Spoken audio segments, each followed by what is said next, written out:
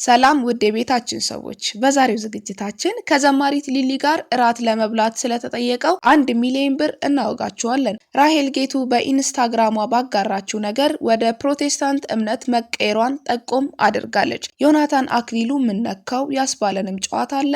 ዝርዝሩን በሰፊው እናስቃኛችኋለን። አብራችሁን ቆዩ። ከናንተ የሚጠበቀው ሰብስክራይብ በማለት የደውል ምልክቷን መጫንና ላይክ ሼር ማድረግ ነው። የተሰማችሁን ደግሞ በኮሜንት አስቀምጡልን። ወደ ዝግጅታችን እንዝለቅ። በፕሮቴስታንት እምነት ተከታዩ ዘንድ እጅግ ተወዳጅና አንጋፋ ዘማሪ ናት ሊሊ ወይም በሙሉ ስሟ ቃል ኪዳን ጥላሁን። ታዲያ ከሰሞኑን ለ33 ዓመታት በብዙ ፍቅርና በብዙ ውጣ ውረድ ያሳለፈችውን የአገልግሎት ዘመን የሚዳስስ የቃል ኪዳን ፍቅር የተሰኘ መጽሐፍ ልታደርስ መሆኑን አሳውቃ መጋቢት 6 ቀን በሚሊኒየም አዳራሽ የአምልኮ ኮንሰርት ተዘጋጅቶ በዛውም የመጽሐፉ ምረቃ ተደርጓል። በዚሁ የአምልኮ ፕሮግራም ላይ ሌሎች አንጋፋ ዘማሪያን ቤቲ ወልዴና አዜብ ኃይሉ አገልግለዋል። ታዲያ አነጋጋሪ የነበረው ጉዳይ የተከሰተው እዚህ ጋር ነው። የዘማሪት ሊሊ አዲስ መጽሐፍ የቪአይፒ ፓኬጅ ወጣለት። ይህም ፓኬጅ የሚገዛ ሰው በማግስቱ ከሷ ጋር እራት መብላት እንደሚችልና እንደሚያገኛት ተገለጸ። ሊሊ ከ30 ዓመታት በላይ በዘማሪነት አገልግላለች። በልጅነቷ በኦርቶዶክስ እምነት ተከታዮች ቤተሰብ ውስጥ ያደገችው ሊሊ በህፃንነቴ ከአያቴ ጋር ወደ ቤተክርስቲያን በመሄድ አስቀድስ ነበር። የሚካሄዱት ስነ ስርዓቶች፣ ዕጣኑን፣ ሁሉን ነገር እወደው ነበር፣ ደስ ይለኝ ነበር። መንፈሳዊነትንም የተለማመድኩት ያኔ ነው ትላለች። ከዛም በኋላ ወደ ፕሮቴስታንት እምነት በመሄድ ከእድሜዋ ግማሽ በላይ የሚሆኑ ዓመታትን አገልግላለች። በሚሊኒየም አዳራሽ በተዘጋጀው የአምልኮ ፕሮግራምና የሷ መጽሐፍ ምርቃት ላይ አነጋጋሪ መሆን የቻለው ጉዳይ መጽሐፏን በ1 ሚሊዮን ብር የገዛ ሰው እሷን ማግኘት እንደሚችልና እራት አብሯት እንደሚበላ መገለጹ ነበር። በተጨማሪም ለ500 ሰዎች የቪአይፒ ወንበሮች ተዘጋጅተው ነበር። ካርዶቹ የዳይመንድ ደረጃ፣ የጎልድ ደረጃ፣ የሲልቨር ደረጃና የብሮዝ ደረጃ ሲሆኑ የዳይመንድ ደረጃው መጽሐፉን በ1 ሚሊዮን ብርና ከዛ በላይ ለሚገዙ ሰዎች ከላይ የጠቀስንላችሁን ከዘማሪት ሊሊ ጋር እራት መብላት አገልግሎትን የሚያገኙ ይሆናል። የሚሰጣቸውን መጽሐፍ ከሌሎቹ የተለየና በአውሮፓ በልዩ ጥራት የታተመ ነው። ሁለተኛው ደረጃ ደግሞ ከ500,000 እስከ 1 ሚሊዮን የሚያስከፍል ሲሆን ሶስተኛው ደረጃ ከ100,000 እስከ 300,000 ያስከፍላል። ፓስተር ታምራት ታረቀኝ የሚባል አገልጋይም 1 ሚሊዮን ብር በመክፈል የዳይመንድ ደረጃውን የገዛ ሰው ነበር። በንግግሩም አንቺ በ100 ዓመት አንዴ የምትፈጠሪ አይነት ሰው ነሽ፣ እግዚአብሔር ለኢትዮጵያ ሲራራ አንቺን ሰጠን ሲል ገልጿታል። ይህ ነገር በማህበራዊ ሚዲያዎች ላይ ከተሰራጨ በኋላ አነጋጋሪም አከራካሪም ሆኖ ቀጥሏል። በሶሻል ሚዲያው ካስተዋልናቸው የእምነቱ ተከታዮች አስተያየቶች በሁለት ጎራ የተከፈሉ ናቸው። በአንዱ በኩል ሊሊዬ ከዚህም በላይ ይገባታል፣ ዝም ብላችሁ አትፈርጁ፣ ሊሊዬ እንወድሻለን ያሉ ሲሆን፣ በሌላ በኩል ደግሞ እንዴት እንደዚህ ይደረጋል?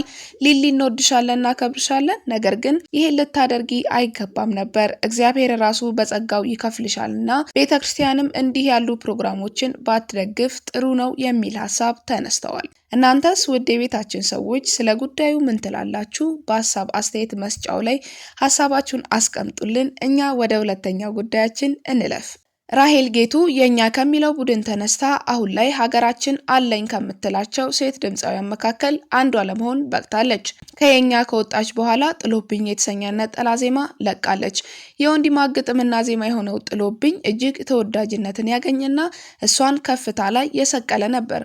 በእርግጥ ከዚህ ነጠላ ዜማ በፊት ብሬማን ፊልም ፕሮዳክሽን ባዘጋጀው ልዩ የበዓል ፕሮግራም ላይ አሜን የሚለውን የንዋይ ደበበን ሙዚቃ በድንቅ ሁኔታ መጫወቷ ነጠላ ዜማዋ እንዲጠበቅና እንዲሰማ ምክንያት መሆን ችሏል። ከዛም በኋላ አልጓጓምና ይነጋል የተሰኙ ነጠላ ዜማዎችን አድርሳን እቴሜቴ የሚል የነጠረ አልበም በአውታር መልቲሚዲያ በኩል አድርሳለች። እቴሜቴ፣ ኢትዮጵያዬ፣ ንገረኝ፣ በከተማው የመሳሰሉ አንጀት አርስ ሙዚቃዎችን ያካተተው አልበሟ በብዙዎች ተወዷል፣ ተደምጧልም። ከአልበሟም በኋላ ቢሆን እዩትና ውዴ የተሰኙ ነጠላ ዜማዎችን ሸልማናለች። ዛሬ ጉዳያችን ያደረጋት ግን የኢንስታግራም ፖስቶቿን በሙሉ ማጥፋቷና የኢንስታግራም ፕሮፋይል ፎቶዋን ፎቶዋን እና ባዮዋን በድንገት መቀየሯ ነው። ራሄል ጌቱ ትላንት ማምሻውን ከዚህ በፊት የለጠፈችውን ሙሉ ፎቶ አጥፍታ ፕሮፋይሏን የክርስቶስ ስቅለትን የሚገልጽ ብላክ ኤንድ ዋይት ፎቶ አድርጋ ባዮዋ ላይ ደግሞ ጂሰስ ብላ ጽፋለች። ከዚህ በፊት የነበረው ባዮዋ ግን ማሞፏንና ኦርቶዶክስ የሚል ነበር። ይህንንም አጥፍታ በዚህ መቀየሯ ምናልባትም ጴንጤ ሆና ሊሆን ይችላል ወደሚለው መላምት አመዝኗል። ድምፃውያን ሙዚቃን ትተው ወደ ፕሮቴስታንትነትም ይሁን ወደ ኦርቶዶክስ ተዋሕዶ መቀየራቸው አዲስ ነገር አይደለም። በነበሩበት እምነት ቆይተውም ቢሆን ወደ መንፈሳዊ አገልግሎት የተመለሱ ድምፃውያን አሉ። አቦነሽ አድነውና በዛወርቅን የመሳሰሉ ተወዳጅ ድምፃውያን ዓለም በቃኝ ከዚህ በኋላ አንዘፍንም በማለት በኦርቶዶክስ ተዋሕዶ ቤተክርስቲያን ውስጥ በዘማሪነት እያገለገሉ ይገኛሉ። በዛወርቅ ፈራሁ በሚል ያወጣችው የቅርብ ጊዜ መዝሙሯ ፈራሁኝ ልግባ ወይ አልግባ እንዴት ይመዘናል ያንተ ደም በኔምባ እያለች አብዛኛውን እድሜዋን በሙዚቃ ማሳለፏ ቆጭቷት ልግባ ወይ አልግባ ማርፈዴን ትቆጥርብኛለህ ሆይ እያለች ዘምራለች። እነ ሙሉቀን መለሰ፣ ሂሩት በቀለ፣ ተፈራ ነጋሽን የመሳሰሉ ድምፃውያን ደግሞ ከዘፈኑ ዓለም ወደ ፕሮቴስታንትነት አገልጋይ የተቀየሩ ድምፃውያን ናቸው። ዘሪቱ ከበደ ቀድሞንም የፕሮቴስታንት እምነት ተከታይ የነበረች ቢሆንም ዘፈን በቃኝ ብላ ወደ ዝማሬው ተመልሳለች። ስለ መመለስ ካወራን አይቀር ደግሞ መልካም ወጣት በሚለው ፕሮጀክቱ ወጣቶችን ከሱስ ከመጥፎ ስራ ከክፉ ባህሪ እለውጣለሁ ብሎ ስለተነሳው ፓስተር ዮናታን እናውጋችሁ። አብሮነታችሁ አይለየን። ሰብስክራይብ እና ላይክ ማድረግ እንዳይረሳ። ሀሳብ አስተያየት መስጫውም የእናንተው ነው። ዮናታን አክሊሉ ማርሲል የሚሰኝ ትዕይንተ መስኮት ወይም ቴሌቪዥን የታጠቀ የፕሮቴስታንት አገልጋይ ነው። በዚያ ሲላቀሱ፣ ጉዳቸውን ሲናዘዙ፣ እልማቸውን ሲነዙ የሚታዩ ወጣቶች ነገር እጅግ ያሳቅቃል።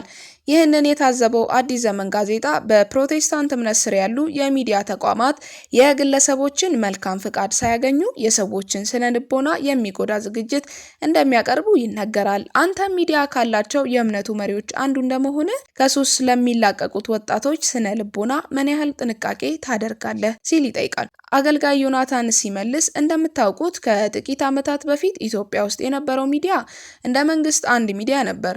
በፕሮቴስታንት እምነት ውስጥ የተጀመሩት ሚዲያዎች ሚዲያን የሚመጥን ቁመና፣ አስተሳሰብ፣ ልምድና እውቀት ሳይኖረን ድንገት በእንቅስቃሴዎች ብዛት እጃችን የገባው ጋሪው ከፈረሱ እንደሚባለው አይነት የኤዲቶሪያል ፖሊሲ ሳናዘጋጅ ነው ዘርፉን የተቀላቀል ነው። እነዚህ ነገሮች አሁን ሰከን እያሉ ነው። ብዙዎቹ ራሳቸውን ወደ ማየት እየሄዱ መጥተዋል።